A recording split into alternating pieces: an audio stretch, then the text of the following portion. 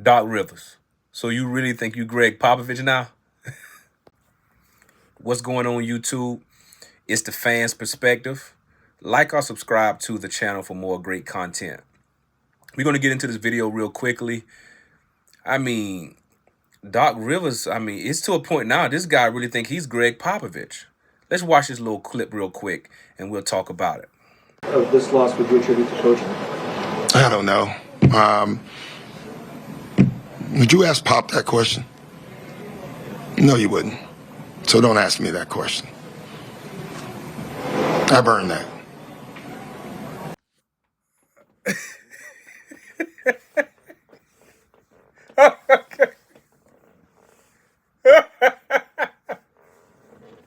I'm sorry, man. Just like every time I look at that clip, I don't watch that clip about 5 times. And every time I watch that clip, it just make me laugh. Like the way he said it with such a serious face. Whoo, Lord, this guy is like ridiculous, man. Man, let me try to get it together, man. Like, dog, you think you Gregg Pop? You think you Pop, man? Dude. And this is really like on a serious note, this is really what guys be saying about him. Like, I've watched a lot of NBA players and a lot of people talk about Doc not having accountability and always making excuses. And I really can see why they say it. Like, the dude said it with a straight face. He wasn't even playing with y'all. It wasn't a joke. He asked, okay. So the reporter asked him, how much of this loss can you say a coaching reason why you lost, right? They pretty much asked him, do you feel like any of this loss was based on coaching? Doc says, would you ask Pop that question? And he, oh, well, you wouldn't ask Pop that, so don't ask me.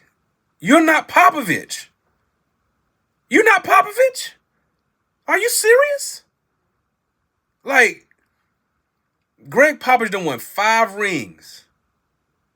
Coach, a straight dynasty for years. And you think you shouldn't be asked a question because Popovich wouldn't be asked that question? See, Doc is at a point now where it's like he feels like he's just this elite coach when you're really not. You're to me, an average coach.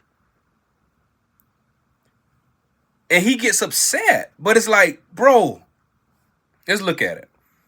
You're 6-10 in game 7s. So you normally, most of the time, you're going to lose a game 7 if you get there. You won 1 championship. The championship that you won was with Kevin Garnett, Paul Pierce, and Ray Allen. For you that can remember that year, 2008, the Celtics had pretty much the favorite. They were the best team in the league. It was understood at that time that that team being put together was the best team. All they had to do was really just execute it. So you won 1 championship. And even that year, you couldn't win on the road in the playoffs. And you won the championship at home in a game 7 in the finals. So you could not win on the road even with the best team in the league. Okay? After you won that championship, what happened after that, right? What did you do? You go to the Clippers. You coach the Clippers.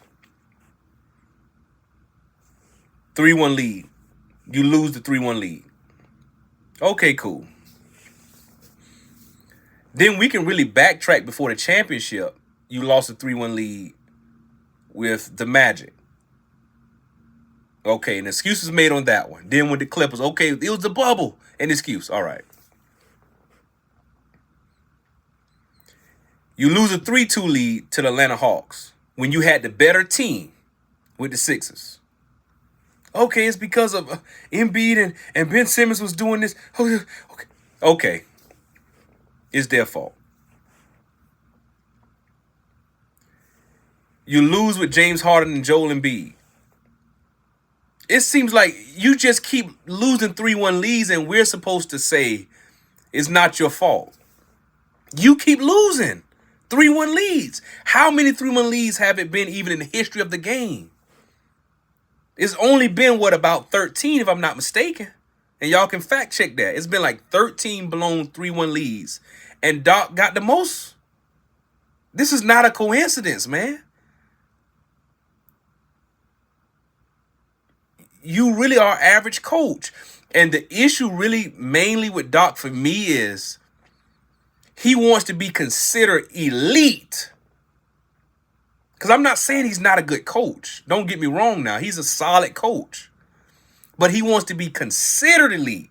He want to be considered with the Phil Jacksons, the Red Auerbachs, the Gregg Popovich. When you're not elite, he want to be with the Phil Jacksons and all those guys. You're not elite. You're average.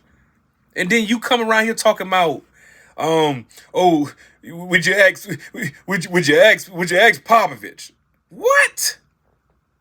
No, we're going to ask you that. Because we can ask you that. Come on, man. Take some accountability for why you be losing. And you know the thing is with you is you don't make adjustments. That's the word out on you. You don't make adjustments. Make some adjustments, man.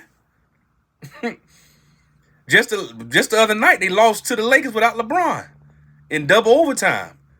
And they was up by like 19. Dude, you don't see the lead. I mean, you ain't going to change what you're doing. You don't see what the other team is doing. Come on, bro. Stop making excuses, man, and just coach the team. And then the other thing about Doc is they say this man done snuck his way into the Milwaukee Bucks job. Because they had Adrian Griffin there. He was 30-13. So they were already rolling. You're supposed to be the quote-unquote, liaison or the advisor. Then all of a sudden, Griffin get kicked out, fired, and you're there now?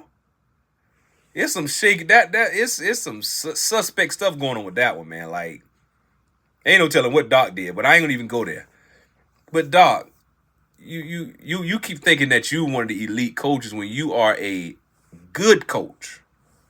I'm being objective here. You are a good coach. Good.